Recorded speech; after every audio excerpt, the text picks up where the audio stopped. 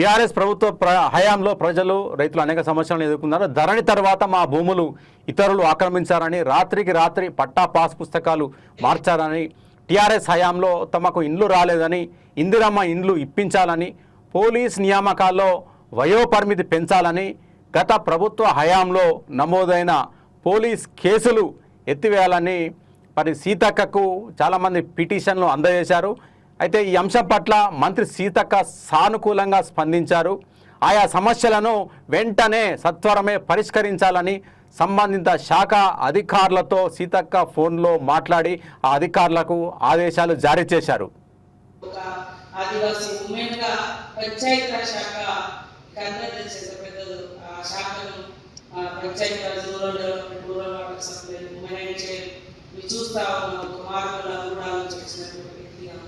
At the same time, నేను ఉస్మానియా యూనివర్సిటీలో PhD complete చేసిన పొలిటికల్ సైన్స్ నుంచి LLM కంప్లీట్ చేసిన మంత్రి అయిన తర్వాత ఇప్పుడు సెకండ్ ఇయర్ LLM కోసం మళ్ళీ మొన్ననే ఎంట్రన్స్ రాసి అడ్మిషన్ కోసం వెయిట్ చేస్తా ఉన్నాను. ఖచ్చితంగా అడ్మిషన్ కూడా వస్తుంది నాకు.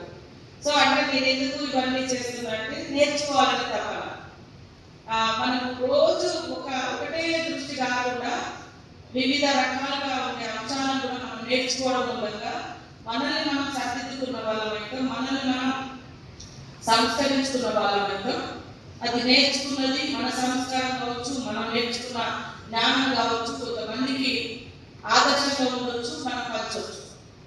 మన పిల్లలకు కూడా మనం ఆదర్శంగా ఉండాలి. మా ఫాదర్ మా మదర్ ఇస్ బెటర్ బెస్ట్ అని చెప్పుకునే ఫీలింగ్ వాళ్ళకి రావాలి అంటే, మనల్ని వాళ్ళకి ఫాలో కావాలంటే మనం కరెక్ట్గా పని చేసుకోవాలి. మన బిహేవియర్ కూడా బ్యాడ్ బిహేవియర్, ఎమోషనల్ అంటే టెన్షన్స్ లేదా కొద్దిగా భయపెట్టే ఫీలింగ్స్ వాళ్ళ మీద చూపిస్తే పిల్లలు కూడా మనకు దగ్గరికి కాదు. అట్లనే పబ్లిక్ కూడా మనకు క్లోజ్గా మూవ్ కావాలంటే మనం శాంతిగా మంచి ప్రేమ ఆత్మీయతను పంచితే తప్పకుండా మనకు సొసైటీ దగ్గరైతే కుటుంబం కూడా బాగా క్లోజ్ ఉంటుంది. పుట్టిన వారు గిట్టక తప్పదు అని అంటారు. సో ఈ పుట్టుకకు గిట్టుకకు మధ్య మనం ఏం చేస్తున్నాం? డ్యూటీ అయినా కొన్ని డ్యూటీ అయినా పొద్దున్న డ్యూటీకి వెళ్తాం, వస్తాం, మన సాలరీ మనం తీసుకుంటాం, మన పిల్లలకి ఏదో కావాల్సింది మెయింటెనెన్స్ చేస్తాం. అదేనా ఇంకా కొంచెం ఎక్స్ట్రా, ఇంకా ఏదైనా బెటర్గా మీ మార్పుండే విధంగా ఎక్స్ట్రా పని కూడా చేసుకోవాలి.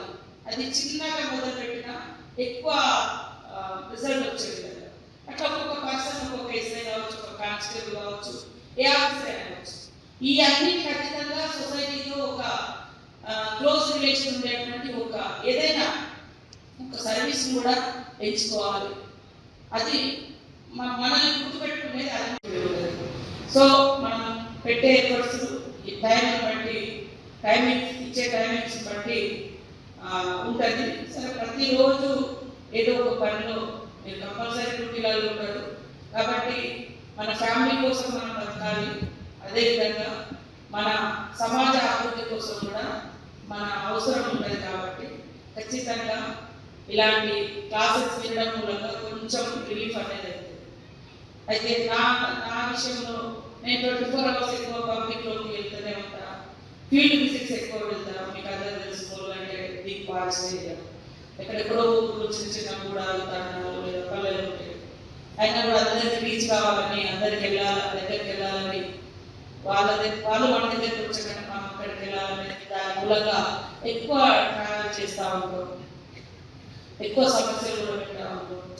కాబట్టి కొంత మెంటల్గా కూడా ఎఫెక్ట్ కనబడుతుంది. నేను అందుకే ఈ మధ్యకాలంలో రాష్ట్రపతి గారితో ఇక్కడ ప్రోటోకాల్ వచ్చినప్పుడు మేడం వాళ్ళు చెప్పడం జరిగింది, ఇట్లా కొంచెం ఈ మా రండి మోటార్ రండి అంటే జస్ట్ వాళ్ళు ఇన్వైట్ చేసి వెళ్ళడం జరిగింది.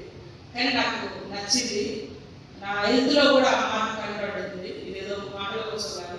తర్వాత నెక్స్ట్ వీక్ ఇక్కడికి వచ్చి, లాస్ట్ వీక్ ఇక్కడికి వచ్చి చెప్పిన నాకు అక్కడ ఉన్నప్పుడు ఇవన్నీ బెటర్గా అనిపించింది. నా హెల్త్లో కొంచెం ఇట్లా ఇష్యూస్ ఉంటాయి, మంచిగా అనిపించింది. తర్వాత మళ్ళీ ఇక్కడికి వచ్చినాక మళ్ళీ అవన్నీ రీఓపెన్ అయిపోయినాయి అన్నప్పుడు వాళ్ళు మీరు కొంచెం మాతో ఇంకా కంప్లీట్ చేయండి కోర్స్ అని కూడా మాకు చెప్పడం జరిగింది. కాబట్టి మీ అందరికీ ఒకటే విజ్ఞప్తి, first health is very important. Mental peace కూడా చాలా ఇంపార్టెంట్. అవి కరెక్ట్గా ఉంటే మన డ్యూటీ మీద కూడా ఎలాంటి రిఫ్లెక్షన్ కాదు.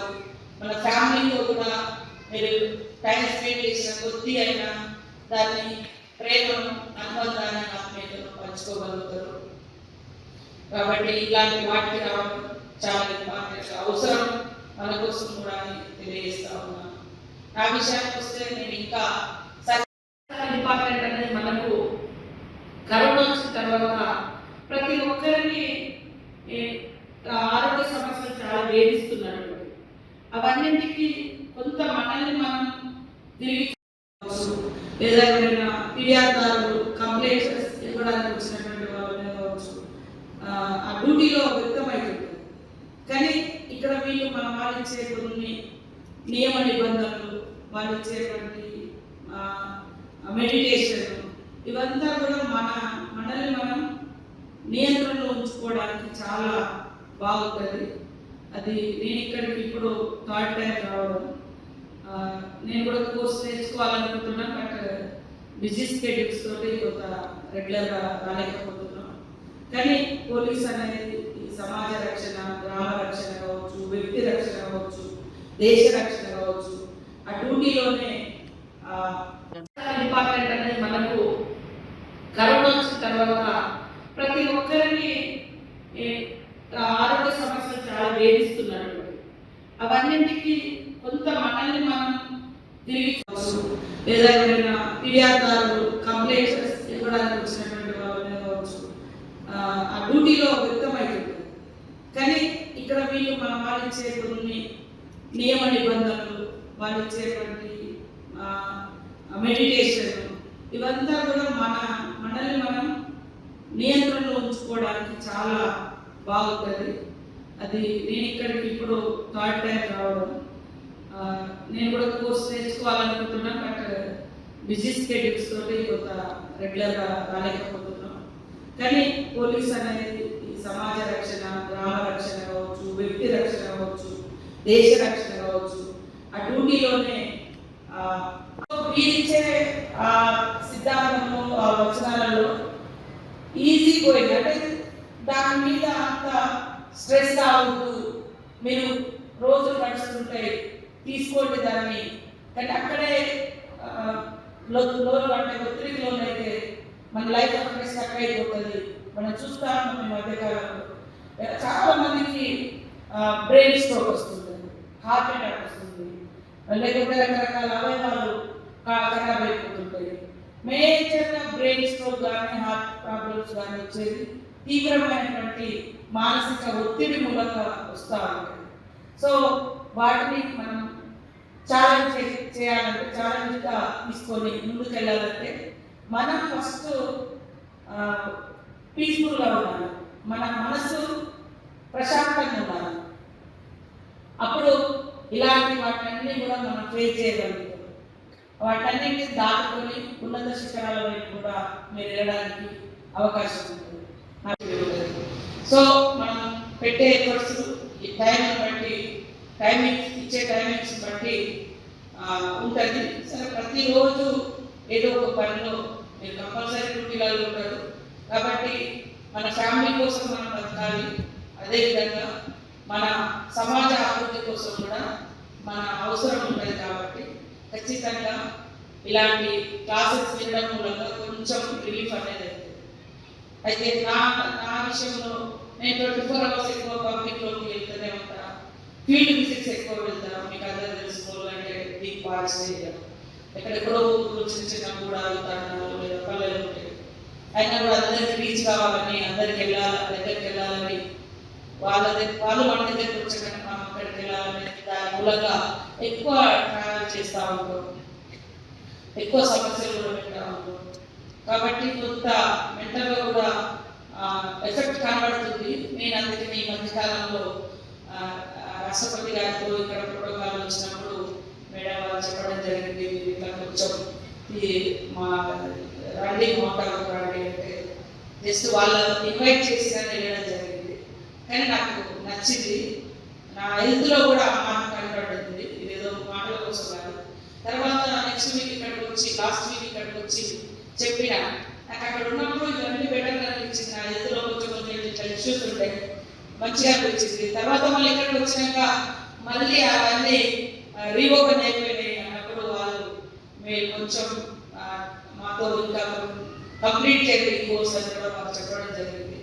కాబట్టి మీ అందరికీ ఒకటే విజ్ఞప్తి, first health is very important, mental peace కూడా చాలా ఇంపార్టెంట్.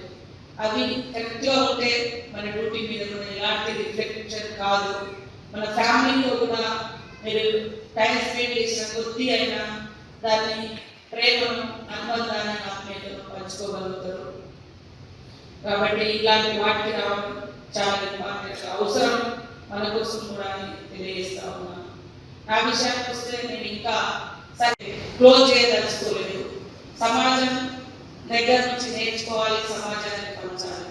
అందుకనే నేను ఎప్పుడో ఇంటర్ స్టడీస్ ఉద్యోగం నుంచి బయటకు వచ్చిన తర్వాత ఎల్ఎల్బీ చేసిన, ఎంఏ చేసిన, 3 times ఎమ్మెల్యే అయినా, మినిస్టర్ అయినా, ఇప్పుడు ఒక ఆదివాసీ ఉమెన్గా పంచాయతీరాజ్ శాఖ అందరూ తెలిసేది పెద్దలు ఆ శాఖను Panchayati Raj, rural development, rural water supply, women and child ఇవి చూస్తా ఉన్నాం. ఒక మార్పుల కూడా చేసినటువంటి వ్యక్తిగా అట్ ద సేమ్ టైం నేను ఉస్మానియా యూనివర్సిటీలో పిహెచ్డి కంప్లీట్ చేసిన పొలిటికల్ సైన్స్ నుంచి, ఎల్ఎల్ఎం కంప్లీట్ చేసిన మంత్రి అయిన తర్వాత ఇప్పుడు సెకండ్ ఎల్ఎల్ఎం కోసం మళ్ళీ మొన్ననే ఎంట్రన్స్ రాసి అడ్మిషన్ కోసం వెయిట్ చేస్తా ఉన్నాను. ఖచ్చితంగా అడ్మిషన్ కూడా వస్తుంది నాకు.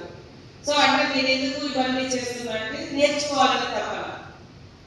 మనం రోజు ఒకటే దృష్టి కాకుండా వివిధ రకాలుగా ఉండే అంశాలను కూడా మనం నేర్చుకోవడం మూలంగా మనల్ని మనం సరిదిద్దుకున్న వాళ్ళమైతే, మనల్ని మనం సంస్కరించుకున్న వాళ్ళమైతే, అది నేర్చుకున్నది మన సంస్కారం కావచ్చు, మనం నేర్చుకున్న జ్ఞానం కావచ్చు, కొంతమందికి ఆదర్శంగా ఉండొచ్చు, మనం పంచవచ్చు.